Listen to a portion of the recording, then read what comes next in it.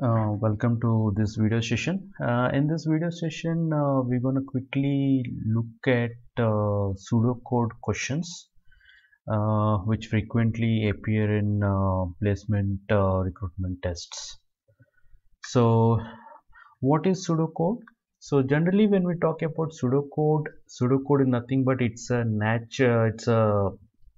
language neutral. When I say language neutral, here I refer language as a programming language. So it's a programming language neutral way of representing a logic or algorithm for a specific problem.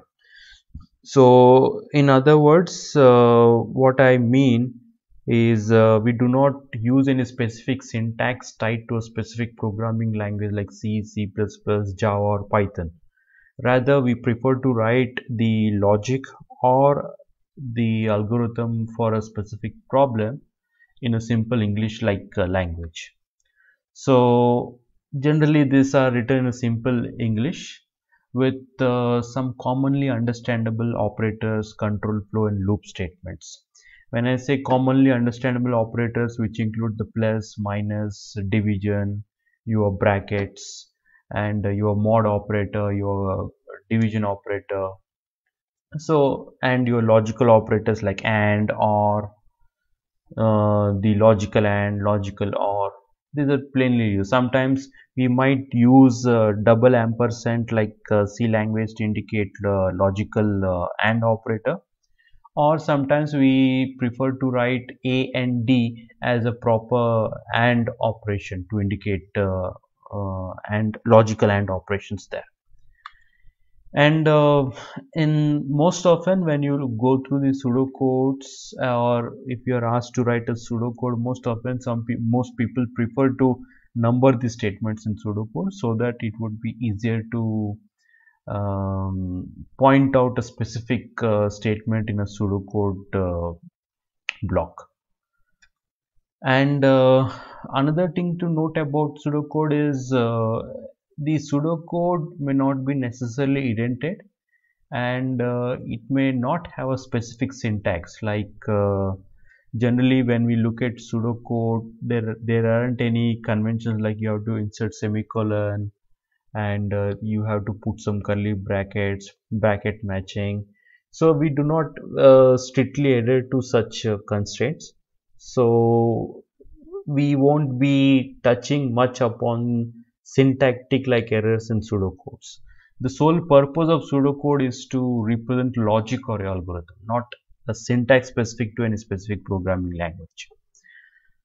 So given the understanding of pseudocode, let us see why companies test the pseudocode ability in their recruitment process. So the first objective is to assess if you can read the logic and comprehend it. So generally when they give you pseudocode, they ask you a question on it. So the purpose of that question is to assess your ability to read the logic and comprehend it. Like they want to know, given some block of code to you, are you in a position to read it and understand it?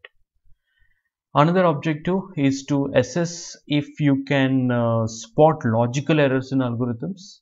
So once you have read the logic and once you're in a position to comprehend it, you understood that pseudocode language.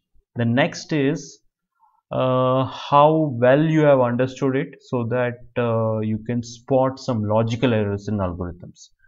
Remember, here I'm not using syntactic errors because, as I said, pseudocode is not tied to any language. So generally, when someone is asked to debug a pseudocode, or when someone is asked to find out what is wrong in the pseudocode, usually it asks you to find logical errors, not syntactic errors in that code.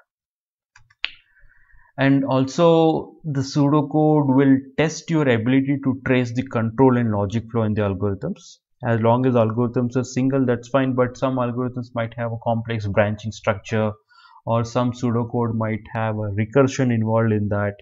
So at that case, the purpose of the pseudocode test will be to assess how well you can visualize the recursion call tree, or how well you visualize the control flow or the flow of your code across if and else statements, or through a for loop statement, or in between whenever there is a break in between loop. Are you in a position to understand upon execution of this break where would the next control would resume its execution? So broadly speaking, these are the objectives on which pseudo code test assesses your ability. So make sure you practice pseudocode test with these objectives in your mind. Now, let us quickly go through some basic fundamental terms and concepts in pseudocodes. So we will start with the concept of the data types. So that's how we declare data types. So broadly speaking, some of the data types in pseudocode could be integer type, string, character, float, or boolean, or it could be an array of characters as well in some rare cases. So how are variables declared? Declaring variables might use any of this convention. I won't call it a syntax, but I would call it as a convention. So if I want to declare few variables like a, b, c, I could write the line this way: integer a comma b comma c.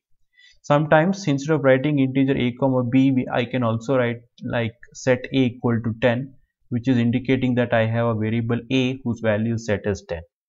Sometimes it's also written as like multiple statements in one line, where you can say set a equal to 10 comma b equal to 10. It means that you have two variables a and b whose value is set to 10. So that's how the declaring a variable and initializing the values of variables is done.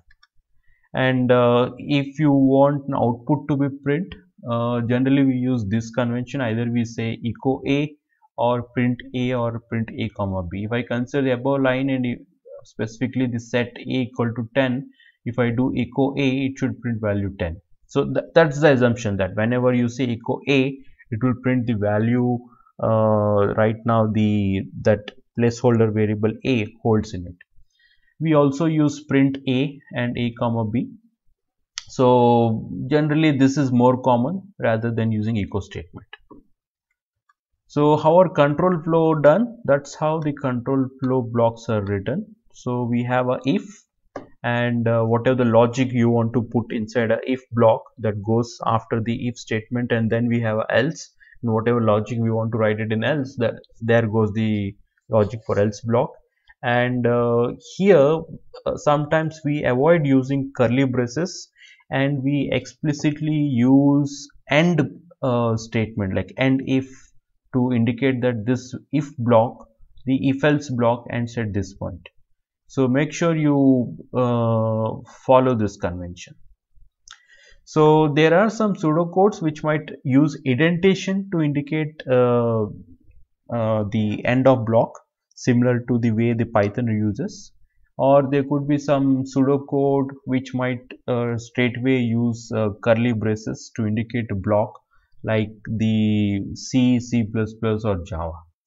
But generally in a true sense, pseudocode will not include any curly braces, and this is a preferred way to define control flow statements in pseudocode conventions. So how are loop statements indicated? That's how loop statements are indicated. For example, if you want to indicate a for loop, for loops are written in that. So this is equivalent to executing the for loop for 10 times. So that's how we write for each I from 1 to 10 some logic, maybe print x, print y, or some variable, or do some computations. And how do you end the for loop? As I said, you explicitly use end to indicate that for block has end here. So for statement, the number of iterations it would be doing, here it is written in the plain simple English language. It's like for each I from 1 to 10 do this, whatever you write inside some logic, and end the block. So end for is used to indicate the end of for block. At the same time, while are also used in a similar fashion, where in case of while we have some conditions. So most often 0 here indicates false, and some pseudocodes might explicitly write false to indicate that loop is false, or some code might indicate true.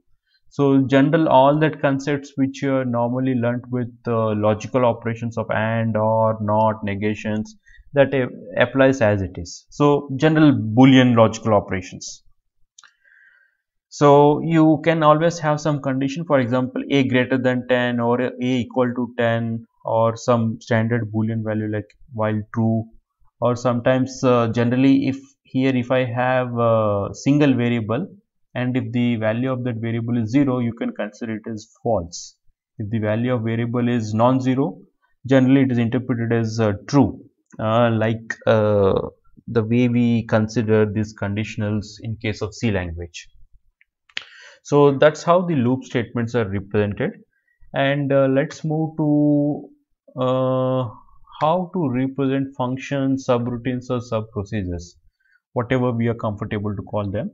So for example, if I want to write a factorial algorithm to calculate a factorial, and if I prefer to write that algorithm as a functional modular fashion, like I want to write it in a specific function, and if I want to indicate that by using a pseudocode language, that's how I indicate this. Okay, so this is your function name, and this denotes your return value, and this denotes your argument and type of argument you're going to pass, and whatever you have the logic to compute factorial, or what are the function you take for any purpose, the logic which you will be writing here in between. And since I have mentioned here this method returns an integer value, I have written return statement, so where this is the return value factorial of x. And how our end of functions are indicated? Once again, we use end followed by end function. End function is a directive, and we write a function name indicating that this function's block of code now ends at this point. Okay, so that's how the functions are indicated. So given that the concepts and terms which we saw, let us look at an example pseudocode. For example, let us extend the function which we just saw, calculating a factorial of a number. If I am supposed to write a pseudocode to indicate an algorithm to calculate factorial of a number, and I want to write it in form of function, that's how I would be doing it. I'll define the factorial, and internal I will define one more variable called as factorial, and I'll set it to 1, and I'll iterate from 1 to x, and with each iteration I would do this so that I calculate factorial. For example, factorial 3 into 2 into 1, so I'm doing it 1 into 2 into 3, so factorial is equal to factorial into 1. And you need not worry about what's happening with I++.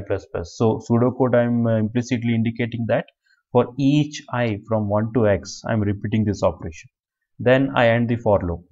After ending the for loop, whatever I have computed, I have to return that. Yes. Once I return that, I have to indicate that my function block now ends. This is how I end that factorial, right? So if I want to call this function in same pseudocode language, let's say for 5, so I declare a variable and set its value to 5, number is equal to 5, and now I want to call it and I want to print it. I can use this pseudocode line to indicate that I want to print the return value returned by a call to a function named factorial. So considering this, and if someone asks what would be output of this code, the output should be 125, the 5 factorial, right? So that's how the pseudocode conventions and the concepts work. So I hope this will help you for your recruitment tests, and for any questions or any specific doubts, you can comment on this video. I would be glad to answer them in this comment section. So that's it for this video. Thank you.